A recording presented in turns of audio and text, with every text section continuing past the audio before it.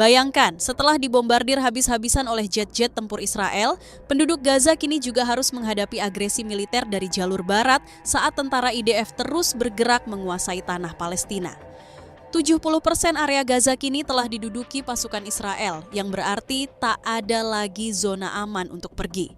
Banyak dari tentara Israel di jalur darat juga menyerang penduduk sipil. Jelas negara tersebut kini berusaha untuk menguasai dan memiliki seluruh wilayah Gaza.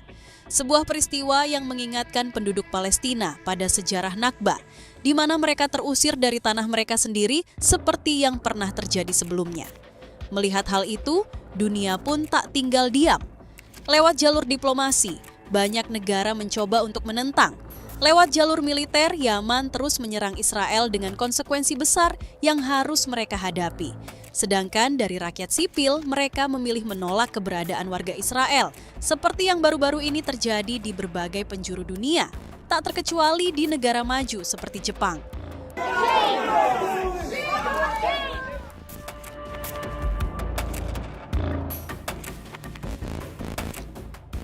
Dulu, tak ada yang namanya negara Israel, ketika seluruh wilayah yang kini dikenal sebagai Israel adalah tanah milik Palestina. Namun sejak pasukan Inggris mengambil alih wilayah tersebut dari Kekaisaran Ottoman pada akhir Oktober 1917, Inggris berjanji untuk mendirikan negara bagi orang-orang Yahudi di Palestina secara bertahap. Orang-orang Yahudi dari Eropa mulai menginjakkan kaki di Palestina. Milisi Zionis bersenjata pun mulai menyerang warga Palestina dan merebut tanah mereka. Pada tahun 1947, PBB mengadopsi Resolusi 181 dan membagi wilayah Palestina menjadi dua negara, Arab dan Yahudi, dengan menyerahkan sekitar 55% tanah kepada orang Yahudi dan sisanya kepada Arab Palestina.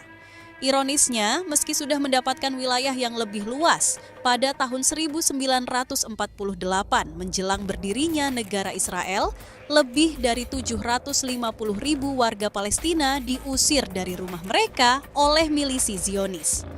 Eksodus massal ini dikenal sebagai Nakba.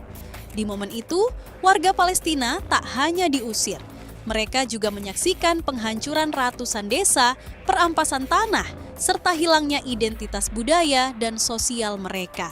Kini, di tahun 2025, istilah Nakba kembali mencuat. Israel benar-benar ingin menguasai Gaza dan menjadikannya milik mereka. Bahkan, lebih tak manusiawi dari sebelumnya, Israel menggunakan bom-bom penghancur untuk meratakan Gaza sebelum akhirnya memblokade seluruh wilayah tersebut dan menolak bantuan apapun untuk masuk. Akibatnya, warga Gaza seperti terpenjara di tanah mereka sendiri tanpa bantuan. Banyak anak-anak yang kelaparan, kekurangan air, dan sakit tanpa pengobatan. Saat warga Gaza semakin tak berdaya, pasukan Israel mengepung wilayah itu dengan puluhan ribu tentara. Hingga kini, lebih dari 70% wilayah Gaza telah mereka kuasai. Selanjutnya, tempat distribusi bantuan dibentuk oleh tentara Israel di titik-titik tertentu. Namun titik-titik ini dicurigai sebagai cara untuk menyempitkan ruang gerak warga Gaza. Hal ini terlihat dari citra satelit yang dirilis BBC, yang menunjukkan bahwa Israel ingin memusatkan mayoritas penduduk Gaza di area sempit dan terkendali.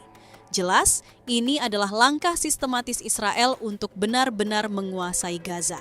Setelah lebih dari 53.000 nyawa melayang akibat genosida, kini mereka ingin mengulangi peristiwa Nakba dengan mengusir warga Gaza dari tanah mereka.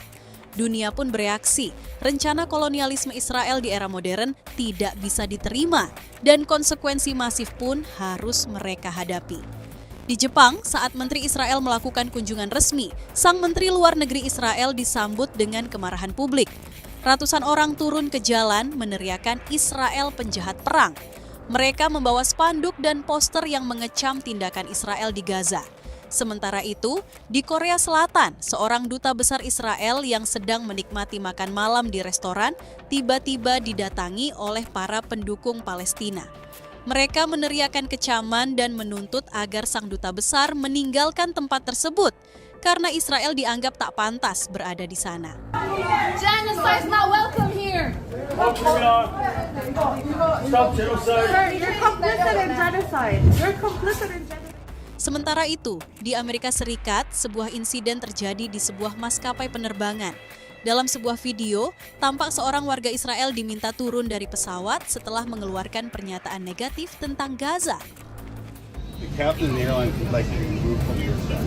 What do I get for that? I'm sorry? What do I get for that? When we get outside, we'll talk to the airline and try to help you out the best we can. What do I... Thank you. Thanks.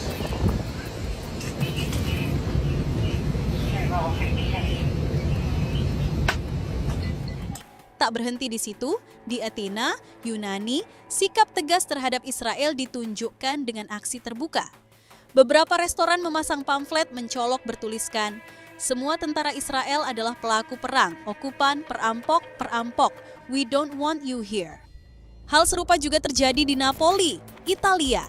Sebuah keluarga Israel diusir dari restoran. You terror supporter. We are not afraid of you. We are Yeah, not afraid you of you. worship Maria and Jesus who were Jews. Jelas, masyarakat sipil dunia kini mulai sadar. Dari Jepang hingga Napoli, dari Seoul hingga Athena, dunia kini bersatu dalam satu suara menolak genosida di Gaza. Insiden-insiden ini bukan sekadar aksi spontan, melainkan cerminan dari kesadaran global yang semakin meluas bahwa tindakan Israel tidak dapat dibenarkan. Warga Israel kini terisolasi. Media The Times of Israel bahkan mengeluarkan headline yang menyebut bahwa warga Israel makin terisolasi. Banyak maskapai penerbangan dunia kini menutup rute ke Israel.